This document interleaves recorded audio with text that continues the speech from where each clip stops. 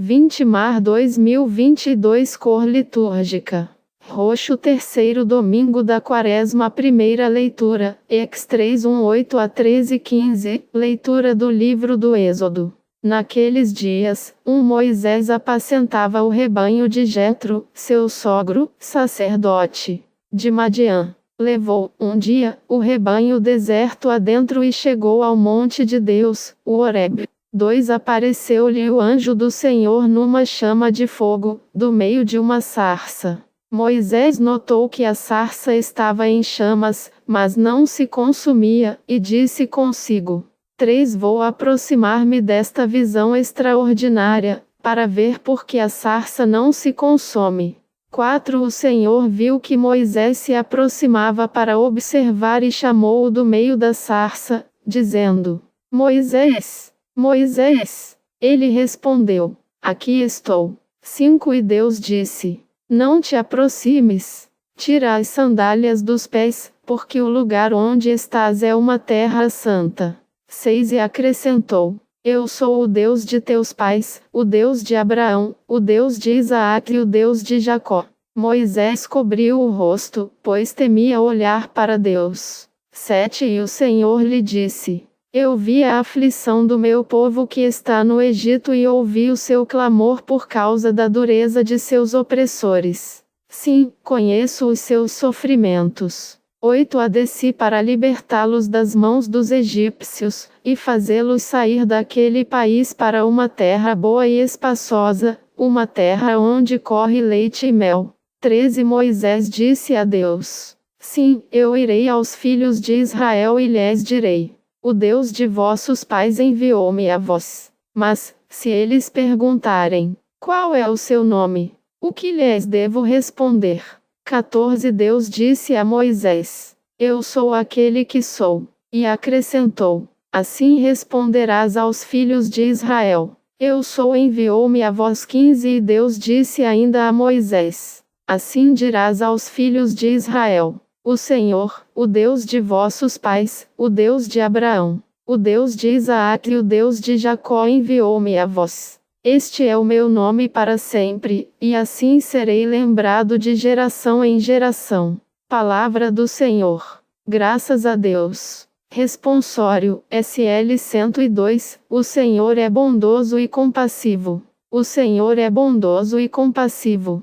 Bendize, ó minha alma, ao Senhor e todo o meu ser, seu santo nome. Bendize, ó minha alma, ao Senhor. Não te esqueças de nenhum de seus favores, pois Ele te perdoa toda culpa e cura toda a tua enfermidade. Da sepultura Ele salva a tua vida e te cerca de carinho e compaixão. O Senhor é indulgente, é favorável, é paciente, é bondoso e compassivo. Quanto os céus por sobre a terra se elevam, tanto é grande o seu amor aos que o temem. Segunda leitura, 1 Cor 10:1, 6, 10, 12. Leitura da primeira carta de São Paulo aos Coríntios. Irmãos, não quero que ignoreis o seguinte: os nossos pais estiveram todos debaixo da nuvem e todos passaram pelo mar. 2 Todos foram batizados em Moisés, sob a nuvem e pelo mar. 3 Todos comeram do mesmo alimento espiritual. 4 E todos beberam da mesma bebida espiritual. De fato, bebiam de um rochedo espiritual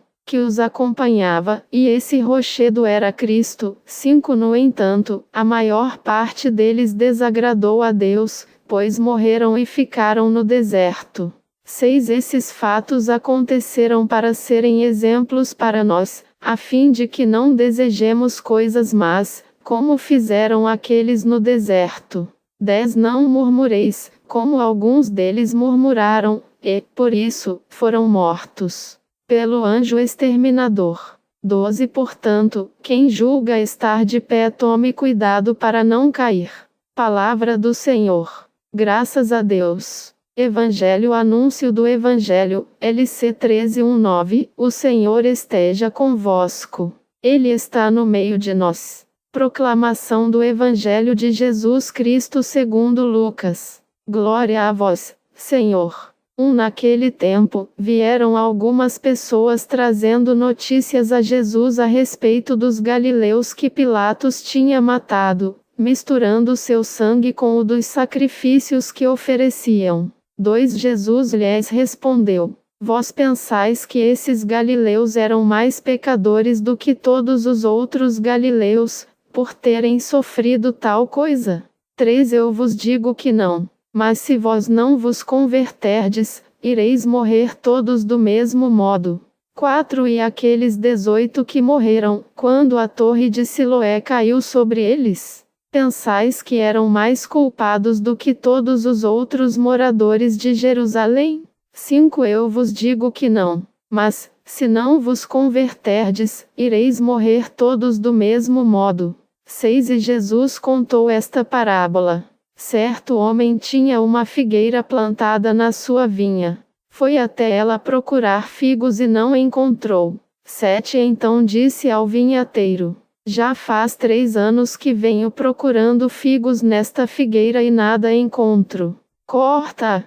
Por que está ela inutilizando a terra? 8 Ele, porém, respondeu: Senhor, deixa a figueira ainda este ano. Vou cavar em volta dela e colocar adubo. 9 Pode ser que venha a dar fruto. Se não der, então tu a cortarás. Palavra da salvação. Glória a vós, Senhor. Homilia diária. Deus espera pela sua conversão. 20 de março de 2022. Ver mais tarde como acessibilidade simples por Jorge Gonçalves. Compartilhar botão de reprodução. Ver em YouTube. 50 Play Clip Multi Homilia diária. Deus espera pela sua conversão. 20 de março de 2022. Meus irmãos e minhas irmãs, estamos neste tempo quaresmal buscando, com a graça de Deus, cortar da nossa vida tudo aquilo que nos afasta do Senhor. Queremos tirar da nossa vida toda e qualquer realidade de pecado que nos afaste da vontade e do querer de Deus. Quando Jesus fala sobre esse episódio, desses galileus que morreram dessa forma trágica, ele, no final, diz: do mesmo jeito. Não é que Jesus queria se referir à forma trágica como essas pessoas morreram, porque Jesus não tem o prazer de elencar a forma tão dramática com que essas pessoas perderam a vida, mas ele quer ressaltar a forma imprevisível com a qual isso aconteceu. E esse é o ponto de reflexão para nós. Porque nós também, muitas vezes, pensamos ter mais tempo, pensamos fazer mais alguma coisa, pensamos em ter que fazer algumas coisas. E isso pode causar em cada um de nós aquele mal que nós já falamos aqui, que é o mal da procrastinação, de deixar sempre para depois as coisas que precisamos fazer hoje, porque hoje pode ser o último dia da nossa existência. Se eu penso em ter muito tempo, se eu penso em fazer ainda muitas coisas, eu posso perder o foco naquilo que hoje preciso fazer, naquilo que hoje preciso banir e tirar da minha vida para que a graça de Deus cresça. Peçamos ao Senhor que nós assumamos o nosso caminho pessoal de conversão, porque a Páscoa do Senhor se aproxima. No final do Evangelho, aparece essa imagem da figueira que Jesus apresenta, mostrando para nós os dias da nossa existência. Essa figueira somos nós, são os dons de Deus. A nossa vida é um dom de Deus, não é um direito os dias que nós temos para viver, mas os nossos dias revelam a paciência de Deus, o esperar de Deus. A paciência de Deus de esperar a nossa conversão. Deus é paciente, mas precisamos tomar atitudes, precisamos responsavelmente tomar nas mãos o nosso caminho pessoal de conversão. Porque, um dia, todos nós prestaremos contas da nossa existência. Por isso, preciso entender quem eu evangelizei com a minha vida, quem eu orientei para o caminho do Senhor, quais são os frutos de conversão na minha vida, onde estão esses frutos. Não é realização pessoal, não tem nada a ver com isso, mas são os frutos espirituais. Essa figueira, que é a nossa vida, precisa dar frutos. E, para que ela dê frutos, muitas vezes, precisa dessas podas, e essas podas precisam acontecer no hoje e no agora da nossa vida, porque também passaremos pela experiência de prestar contas da nossa vida a Deus. Então, responsavelmente, peçamos ao Senhor que nós assumamos o nosso caminho pessoal de conversão, porque a Páscoa do Senhor se aproxima e precisamos celebrá-la com toda a dignidade. Sobre todos vós, a bênção do Deus Todo-Poderoso, Pai, Filho e Espírito Santo. Amém. Padre Donizete Ferreira, sacerdote da comunidade Canção Nova. 20 Santa Maria Josefa do Cora, fundadora 1842-1912, padroeira dos doentes e dos cuidadores e intercessora do Instituto Servas de Jesus da Caridade. Infância. Maria Josefa do Coração de Jesus foi a primogênita de Barnabé Sancho, serralheiro, e de Petra de Guerra, doméstica. Nasceu na Espanha, dia 7 de setembro de 1842, e foi batizada no dia seguinte. Ficou órfã de pai muito cedo, e foi sua mãe quem a preparou para a primeira comunhão, recebida aos 10 anos. Completou a sua formação e educação em Madrid, na casa de alguns parentes e, desde muito cedo, começou a demonstrar uma grande devoção à Eucaristia e à Nossa Senhora. Também teve uma forte sensibilidade em relação aos pobres, aos doentes e uma inclinação para a vida interior. A descoberta vocacional aos 18 anos, voltou à sua cidade natal, Vitória, e logo manifestou à sua mãe o desejo de entrar para um mosteiro.